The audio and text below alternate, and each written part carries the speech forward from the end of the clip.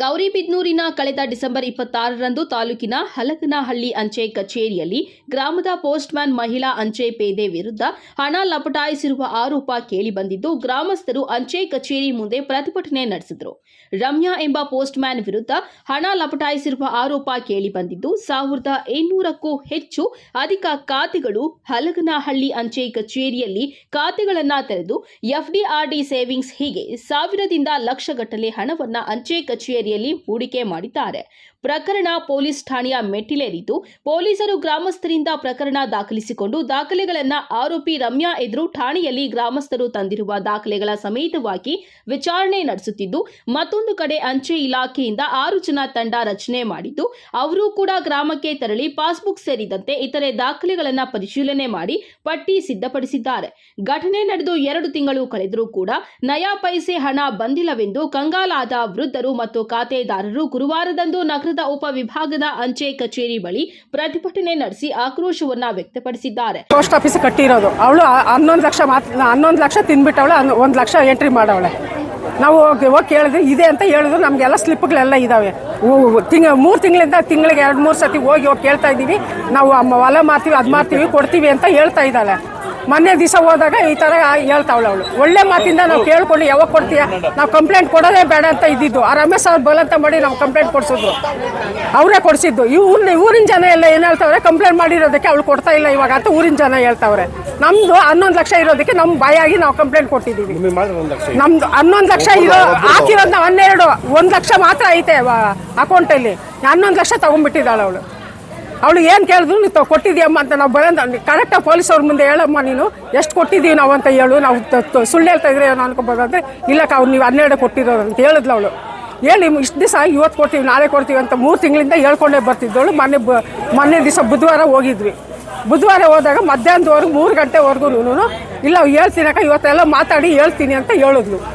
ತಿರ್ಗಿ 3:15 ಮನೆಗೆ ಹೋದವಳು 4:00ವರೆಗೆ ಬಂದ್ಲು. ಏನಮ್ಮ ಏನು ಹೇಳ್ತಾ ಇದೆಯಾ ಇವಾಗ, ಹೆಂಗಮ್ಮ ಹೇಳು, ನಾವು ಎಷ್ಟೊತ್ತಿಗೆ ಆಗಬೇಕು, ಊಟ ನೀರಿಲ್ದಾಗೆ ಇಲ್ಲಿ ಕುತ್ಕೊಳ್ಳೋಕ್ಕಾಗಲ್ಲ ಅಂತ ಹೇಳಿದೆ ನಾನು.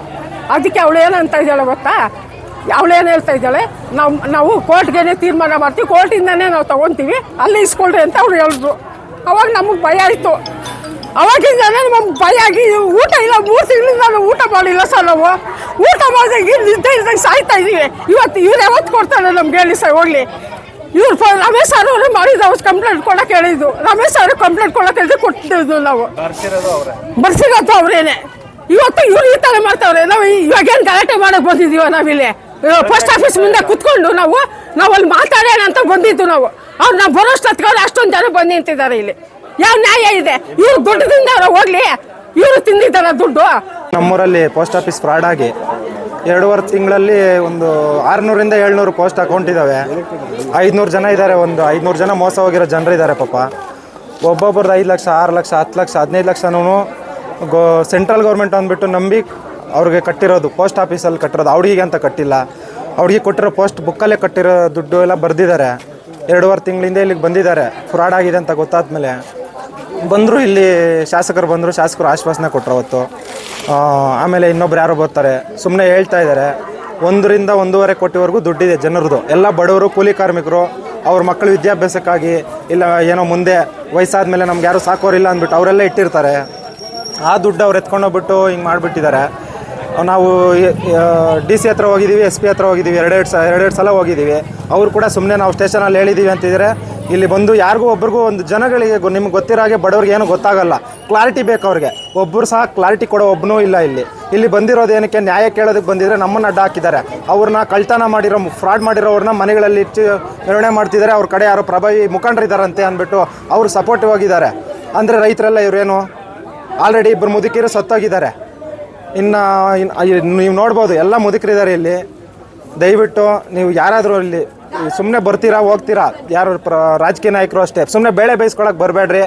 ನ್ಯಾಯ ಕೊಡ್ಸಂಗಿದ್ರೆ ಬನ್ನಿ, ಇಲ್ಲ ಅಂದರೆ ಸುಮ್ಮನೆ ನಮ್ಮೂರಕ್ಕೆ ಯಾವುದೇ ರಾಜಕೀಯ ನಾಯಕರು ಮತ್ತೆ ಹೆಜ್ಜೆ ಕೂಡ ಇಡಬೇಡ್ರಿ. ಸುಮ್ಮನೆ ನೀವು ನಿಮ್ಮ ಬೇಳೆ ಬೇಯಿಸ್ಕೊಳ್ಳೋಕ್ಕೆ ಫೇಸ್ಬುಕ್ಕಲ್ಲಿ ಸುಮ್ಮನೆ ಒಂದು ವಿಡಿಯೋ ಹಾಕೊಳ್ಳೋಕ್ಕೆ ಇಲ್ಲಿಗೆ ಶಾಸಕರು ಬರ್ತಾರೆ, ನಾನು ಇದ್ದೀನಿ ನಿಮ್ಗೆ ಯಾಕೆ ಅಂತ ಹೇಳ್ಬಿಡ್ತಾರೆ, ಇನ್ನೊಬ್ರು ಬರ್ತಾರೆ ನೀವು ಇದೀರಿ ಅಂತ ಹೇಳ್ತಾರೆ. ಒಬ್ಬರಾದ್ರೂ ಬಂದು ಆಮೇಲೆ ಏನಾಗಿದೆ ಅಂತ ಪೊಲೀಸ್ ಸ್ಟೇಷನಲ್ಲಿ ವಿಚಾರಿಸಿದಾರಾ, ಏನು ನಡೀತಿದೆ ಇನ್ವೆಸ್ಟಿಗೇಷನ್ ಅಂತ ಹೇಳಿದಾರಾ? ಇಲ್ಲಿ ರೈತರಿಗೆ ಏನು ಗೊತ್ತೇ ಆಗ್ತಿಲ್ಲ ಇನ್ವೆಸ್ಟಿಗೇಷನ್ ಈ ಪರಿಷ್ಕಾರ ಏನು. 1 ರಿಂದ 1.5 ಕೋಟಿ ದುಡ್ಡು ಹೋಗಿದೆ. ನಮ್ಮದು ಇದೆ 3.5 ಲಕ್ಷ ಇದೆ. 3.5 ಲಕ್ಷ ಕಟ್ಟಿದ್ರೆ 4,000 ತೋರಿಸಿದೆ. ನಮ್ದೆಲ್ಲ ಕರೆಕ್ಟಾಗಿದ್ರು ಗುಡಿ ಬುಕ್ಕಲ್ಲಿ ಪೋಸ್ಟ್ ಆಫೀಸಿಂದ ದುಡ್ಡು ಕಟ್ಕೊಡ್ಬೇಕಲ್ಲ, ಅವ್ರು ಯಾಕೆ ಕಟ್ಕೊಡ್ತಿಲ್ಲ? ಇನ್ನು ಕೋಲಾರ ಅಂಚೆ ವಿಭಾಗದ ಡೆಪ್ಯೂಟಿ ಸೂಪರ್ಡೆಂಟ್ ದಯಾನಂದ್ ಮಾತನಾಡಿ 2 ಹಂತದಲ್ಲಿ ತನಿಖೆ ನಡೆಯುತ್ತಿದೆ.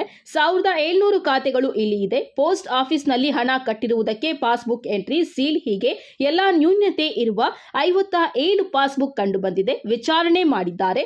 ಪೂರ್ಣ ಪ್ರಮಾಣದ ವರದಿ ಬಂದ ನಂತರ ನಾವು ಪ್ರೊಸೆಸ್ ಮಾಡುತ್ತೇವೆ.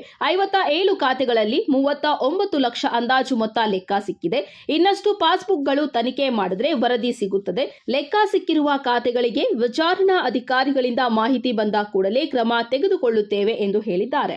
ಒಟ್ನಲ್ಲಿ ಬಡವರು ಬಿಡಿಗಾಸನ್ನ 11 ರೂಪಾಯಿ ಕಟ್ಟಿದ್ದು ಅದನ್ನ ಪೋಸ್ಟ್ ಆಫೀಸ್ನಲ್ಲಿ ಜಮಾ ಮಾಡಿದ್ದಾರೆ. ಒಟ್ನಲ್ಲಿ ಬಡವರು ಬಿಡಿಗಾಸನ್ನ 11 ರೂಪಾಯಿ ಕೂಡಿಟ್ಟು ಅದನ್ನ ಪೋಸ್ಟ್ ಆಫೀಸ್ನಲ್ಲಿ ಜಮಾ ಮಾಡಿದ್ರು.